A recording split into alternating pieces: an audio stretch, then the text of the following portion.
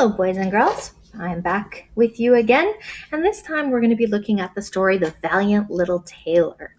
And some people might be like, ooh, I don't even know what these words mean in the title. Well, valiant is another word for brave, for noble. Okay, they often talk about the valiant knight saving the princess. Little, obviously small, and a tailor is basically like a seamstress. It's a person, but usually a man, when you say a tailor, who sews things. So if you needed some pants hemmed or you needed something to be a little bit different size. So if you look at this picture here, you can see we have the valiant little tailor. You can see he has some pins sticking into his little hat, and you can see his scissors, and he's got some thread and some fabric. So this is him working in his little workshop. And if we look, the authors today, it's written by the Brothers Grimm. And if you've ever read anything else by the Brothers Grimm, they did write some fairy tales, and they tend to have a darker side to them, if you will. Here's a little background information. Jacob and Wilhelm Grimm were brothers who lived in Germany in the late 1700s and early 1800s. They were very interested in stories and legend called folk tales. The brothers collected many of these tales and put them into books that became very popular. We still read these stories today. So here's one of their little stories. We're going to read through it. It's a little bit longer than Rabbit and Coyote. And again, we're looking at the challenges that our characters are facing. And we're also going to be, for purposes of today, looking at our key events. What are the most important things that happen that make this story? And that way we can summarize it in one sentence. Now, when I read through it the first time, I'm not going to make any marks on it because really you need to have the whole gist of the story before you know whether or not something is important. So here we go. A tailor spread jam on his bread. He laid the bread near him and continued happily sewing. In the meantime, the smell of the sweet jam attracted flies in great numbers. The little tailor drove the unbidden guests away. However, the flies would not be turned away. They came back again in larger and larger numbers. The little tailor soon lost all patience.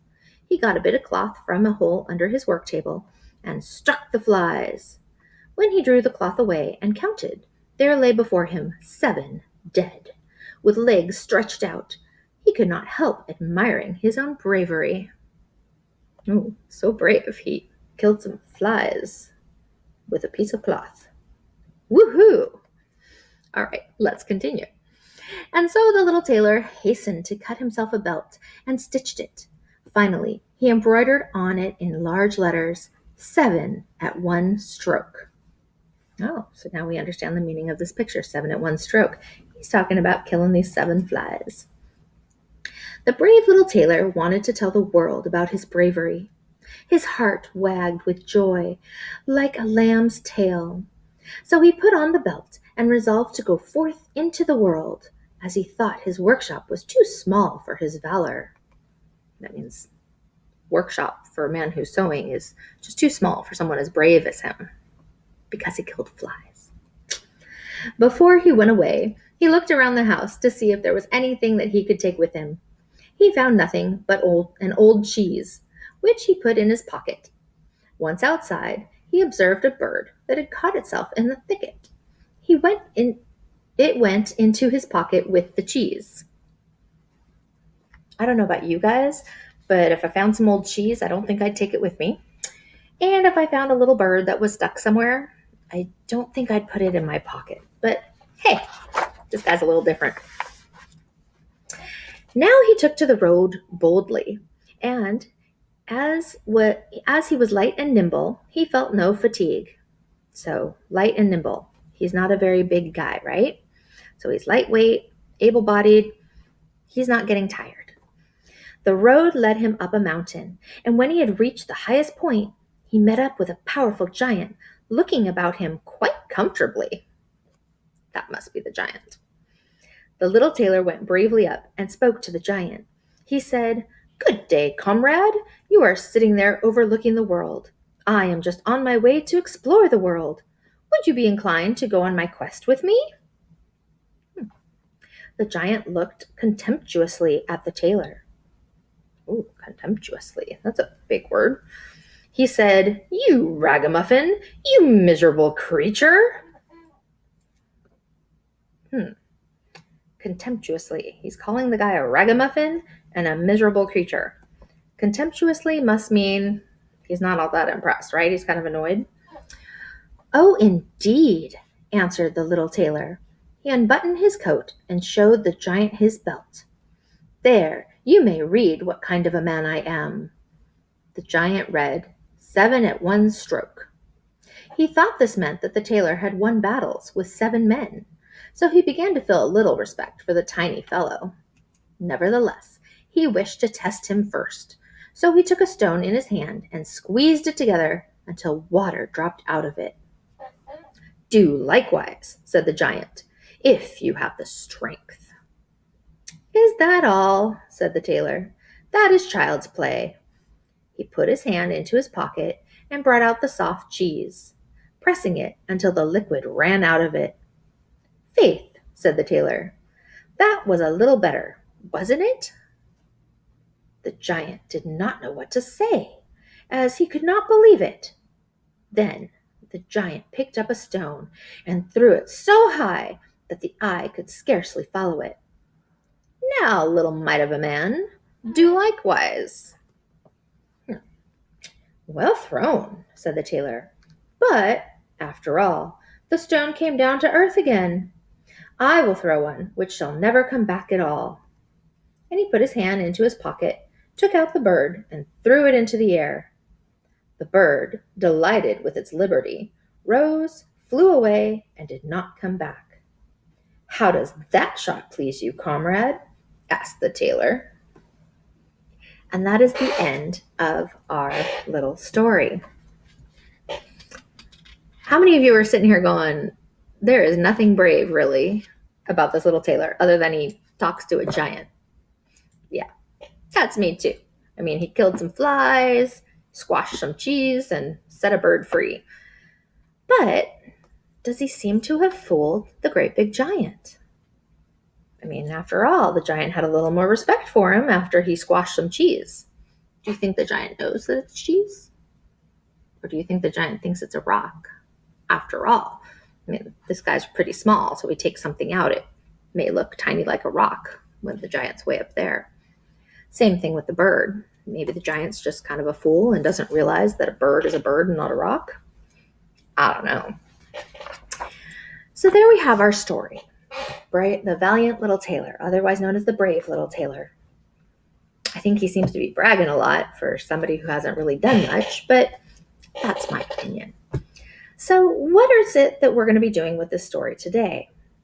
Well, today you're going to be looking at those key events. And your slide will look like this. And it'll ask you to read Valiant Little Tailor, which we just did, and annotate the text for key details. How does the tailor trick the giant? So that's kind of what we need to be leaning up towards, is how does he end up tricking this giant? You're going to be listing all the key events in here. And notice it's a pretty big box because it's a longer story than Rabbit and Coyote. So you're going to have more than 4 details this time. But when you get to the summary part, this is where I want you to write 1 well-written sentence, maybe 2, because it is a little bit longer. So you might need 2 sentences that just kind of quickly sums up the story. So if somebody said, the Valiant Little Tailor, what's that about? You could easily say, oh, the Valiant Little Tailor is about, okay? So you're going to fill in that part. Then at the bottom, this story has repeating events. Choose 2 events that repeat. Check the box next to each answer you choose. So there's going to be 2. Notice there will be 2 circles. They will be red on your screen. You're just going to drag those red circles over the little boxes you want. So is the tailor killing 7 flies more than once? Is he meeting a giant more than once? Is the giant challenging the tailor more than once? Does the tailor set out for the world more than once? Does the bird fly away more than once? Or does the tailor overcome the challenge more than once? You must decide which of these happened more than one time. And those will be the 2 that you choose. So let's, talk key events for a minute. When you go through this story, ideally you'd have it in front of you and you can underline And I know that's a little bit tricky right now because we're doing it online. So I'm going to start you off, okay? Let's go paragraph by paragraph. In this first paragraph, he's putting some jam on his bread. There's that sticky bread down there. Is there anything really that happens in here that is important to the story? He's got the bread, got these flies. He loses his patience, struck the flies, counted the flies. Anything in there? I'm hoping that you notice the fact that he struck the flies and he noticed that there were 7 dead. Okay? So if he hadn't have killed the flies, would he have felt brave? And if he hadn't felt brave, would he have gone out into the world? And if he hadn't gone out in the world, would he have met the giant? Okay? So this right here, the smacking of those flies, and that's a key event because without it, the rest of the story wouldn't have happened. If you go to paragraph 2, is there something in paragraph 2 that seems important? Something that is a key event that without it, the story wouldn't be the same. He cut himself a belt, stitched it, embroidered in large letters, 7 at one stroke.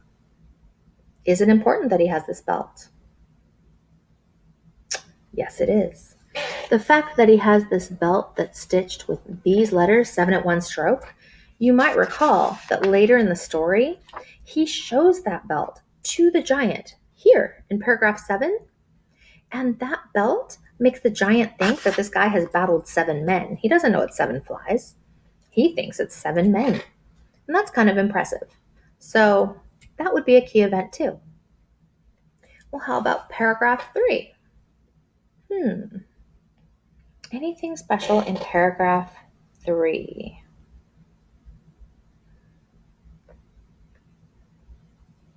Well, let's see. Now that you've had a chance to kind of look back at it, notice I'm giving you that wait time. His heart's wagging with joy like a lamb's tail. Picture his little heart, all happy inside. Nice simile use there. I don't think that's important because, however he's feeling inside, it doesn't seem. But he did decide to go forth into the world. It's kind of important because if he hadn't decided to go out into the world, well, then it wouldn't have happened, right? So he's going out into the world. And if I look in here, I see that he took some cheese into his pocket. And he also had a bird that was stuck, and he put that in his pocket. Those are kind of important too. When I first read through this story, I wouldn't have thought that they were important. But as we know, because we read the whole thing, they're very important because those are the things that he was able to fool the giant with. So far, I have this as a key event, that as a key event, this as a key event, and the 2 items. So you could count this as 1, 2, 3, 4, or you might even say 5 if you wanted to separate those. So notice already we have more than the rabbit and coyote, but rabbit and coyote only took 2 pages.